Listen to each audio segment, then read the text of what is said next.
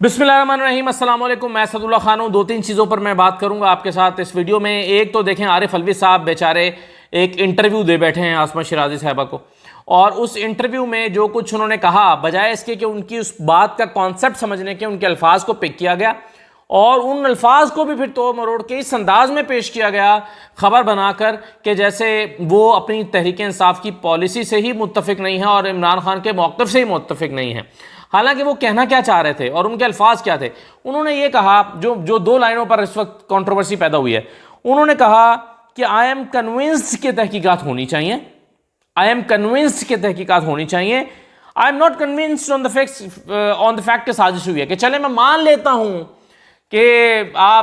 मैं इस बात पर कन्विंस नहीं हूं कि साजिश हुई है, लेकिन तहकीकात होंगी, मेरे शुबहात हैं, तहकीकात से ये पता चलेगा। उनका कहने का मतलब था, साफ सबको समझ आ गया था कि वो ये कहना चाह रहे हैं कि अगर सब लोग कह रहे हैं, ऑपोजिशन, हमारी ऑपोजिशन या हुकूमत ये कह रही है कि साजिश नहीं हुई,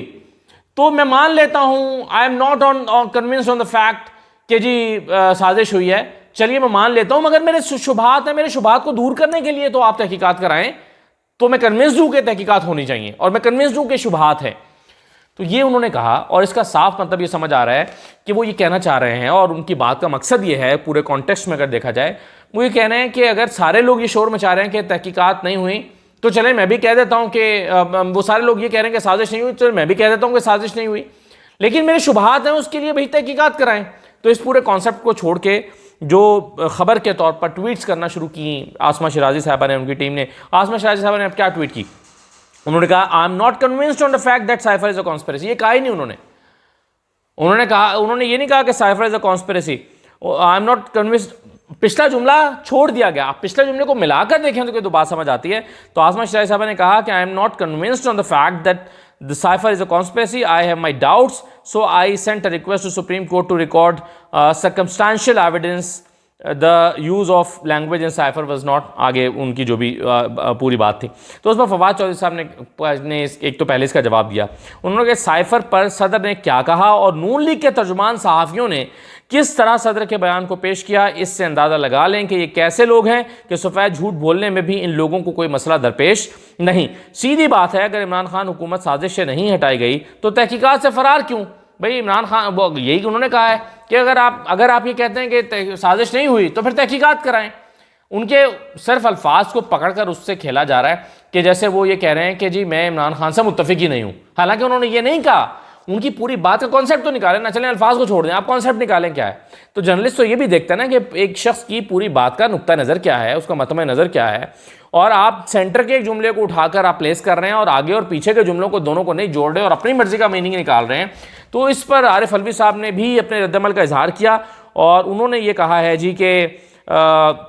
the President Dr. Arif Alvi takes serious notice of the news items published in various sections of the press wherein the President's statement regarding the cipher taken out of an interview with Miss Asma Shirazi, anchor Aaj News on Monday, और उसमें लिखा गया that was grossly misquoted and wrongly highlighted। बिल्कुल गलत वो कह रहे हैं कि मिसकोट किया गया, और जाहिर है साफ नज़र भी आता है कि वो कहना कुछ और चाह रहे हैं और हुआ कुछ और है। तो ये बहरहाल अब आरिफ अलवी साहब से मैंने भी रिक्वेस्ट डाली हुई है इंटरव्यू के लिए। अब वो ना हो कि इसके बाद वो होल्ड कर दें और कहें कि जी ठीक है अभी मैंने फैसला नहीं किया, मैंने बदल लिया, मीडिया को के साथ इंटरेक्ट नहीं करूँगा। तो इस इंटरव्यू के बाद बहरहाल कहने का मतलब ये है कि मैं पहले भी ये कहता रहता हूँ कि शहबाज शरीफ साहब और नवाज शरीफ साहब और मरियम, ये तो अपने मखसूस दो तीन लोगों को इंटरव्यू देते हैं ना, लाइक माइंडेड लोगों को देते हैं।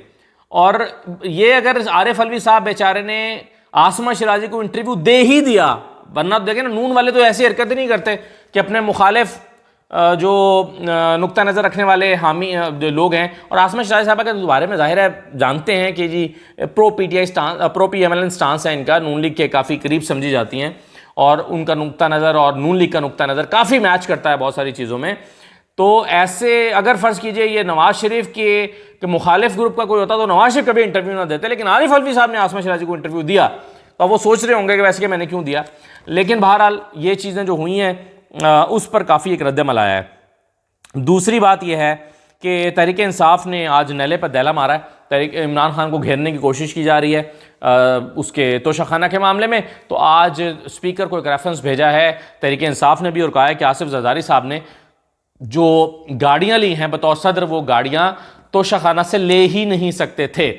15% अदायगी करके भी नहीं ले सकते थे, सदर का के इख्तियार में ये नहीं आता। तो उन्होंने पूरे कानून का हवाला देकर भेजा है और कहा है कि आसिफ जरदारी को नाअहल किया जाए। अब स्पीकर साहब जो हैं वो भी आप जानते हैं कि पीपल्स पार्टी के ही हैं, तो यहाँ पर उनको अखलाकी तौर पर सदर आरिफ अलवी का जो पीटीआई का भेजा हुआ ये एक रेफरेंस है, उनको इलेक्शन कमीशन में भेजना चाहिए। भाई स्पीकर जो है वो किसी पार्टी का नहीं होता, स्पीकर हाउस का कस्टोडियन होता है और वो न्यूट्रल शख्स होता है, उससे यही तवक्को की जाती है। तो फिर स्पीकर साहब को ये रेफरेंस भेजना चाहिए और उसके बाद फिर ये इलेक्शन कमीशन का इम्तहान है कि क्या वो इस केस को ऐसे सुनती है आसिफ जरदारी साहब के खिलाफ के जैसे उसने इमरान खान के खिलाफ सुना है या नहीं सुनती। तो ये आज डिस्क्वालिफिकेशन सीख कर रही है पीटीआई आसिफ अली जरदारी के हवाले से कि उन्होंने सदर होते हुए गाड़ियां तोशाखाना से ली, जो कि उनका इस्तेहकाक नहीं था, वो नहीं ले सकते थे और उसके पूरे कानूनी हवाले दिए गए हैं इसमें।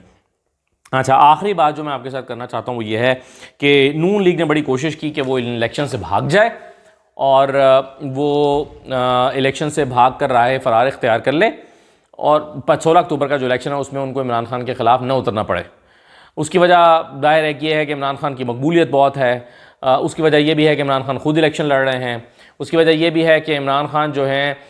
वो अपनी मुहिम भी बड़ी अच्छी चला रहे हैं और ननकाना साहब भी वो आज गए हैं, और दूसरी तरफ तहरीक नून लीग जो है वो अभी तक कोई कैंपेन चला ही नहीं सकी, कोई कैंपेन नहीं चला सकी और फिर वो इस वक्त गैर मकबूल भी दिखाई देते हैं। तो नून लीग को ने बड़ी कोशिश की कि इलेक्शन से राय फरार इख्तियार कर लें, लेकिन उनको इलेक्शन से भागने नहीं दिया गया। और आज इस सिलसिले में जो प्रेस रिलीज़ आई है इलेक्शन कमीशन की तरफ से, उसमें उन्होंने कहा है कि जी आज ये अहम इजलास मुनक़िद हुआ, उसके अंदर सुल्तान राजा साहब की सबराही में, और उसमें फ़लाँ शरीक हुए और कहा गया कि चीफ़ इलेक्शन कमिश्नर ने तमाम शुरका को खुशामदीद कहा और उन्होंने ज़िमनी इंतखाबात और कराची डिवीज़न में बल्दियाती इंतखाबात पर पुरअमन इनेकाद की अहमियत पर जोर दिया। सेक्रेटरी इलेक्शन कमीशन ने ब्रीफ किया कि इलेक्शन कमीशन ने 9 कौमी असम्बली, 3 सूबाई असम्बली और कराची डिवीज़न के तमाम अजला में बल्दियाती इंतखाबात के दूसरे मरहले के लिए तमाम इंतजाम मुकम्मल कर लिए हैं और इलेक्शन के इनेकाद के लिए तैयार हैं। बहरहाल सूबाई हुकूमतों, कानून नाफिज करने वाले इदारों और सिक्योरिटी के दीगर इदारों की इन इंतखाबात में अपनी खदमात अंजाम देने के हवाले से उनका मौक़िफ़ दरकार है ताकि इंतखाबात का पुरअमन इनेकाद और वोटर्स को पोलिंग के दिन पुरअमन माहौल की फराहमी यकीनी बनाई जा सके। सेक्रेटरी वज़ारत इत्तलात, दिफा, चीफ सेक्रेटरी साहिबान, IG साहिबान और सिक्योरिटी के दीगर इदारों के नुमाइंदों ने इस मीटिंग में अपना मौक़िफ़ दिया और इलेक्शन कमीशन ने मज़कूरा बाला तमाम अफसरान और नुमाइंदगान का मौक़िफ़ सुनने के बाद ये फैसला किया है कि ज़िला करम की कौमी असम्बली की नशस्त, जहाँ पर अमन अमान की सूरत हाल बेहतर नहीं है, के अलावा बाकी तमाम कौमी सूबाई असम्बली के हलकों में बेहतर इंतज़ामी इक़दाम के साथ इंतखाबात मुकर्रर तारीख़ यानी 16 अक्टूबर 2022 को होंगे।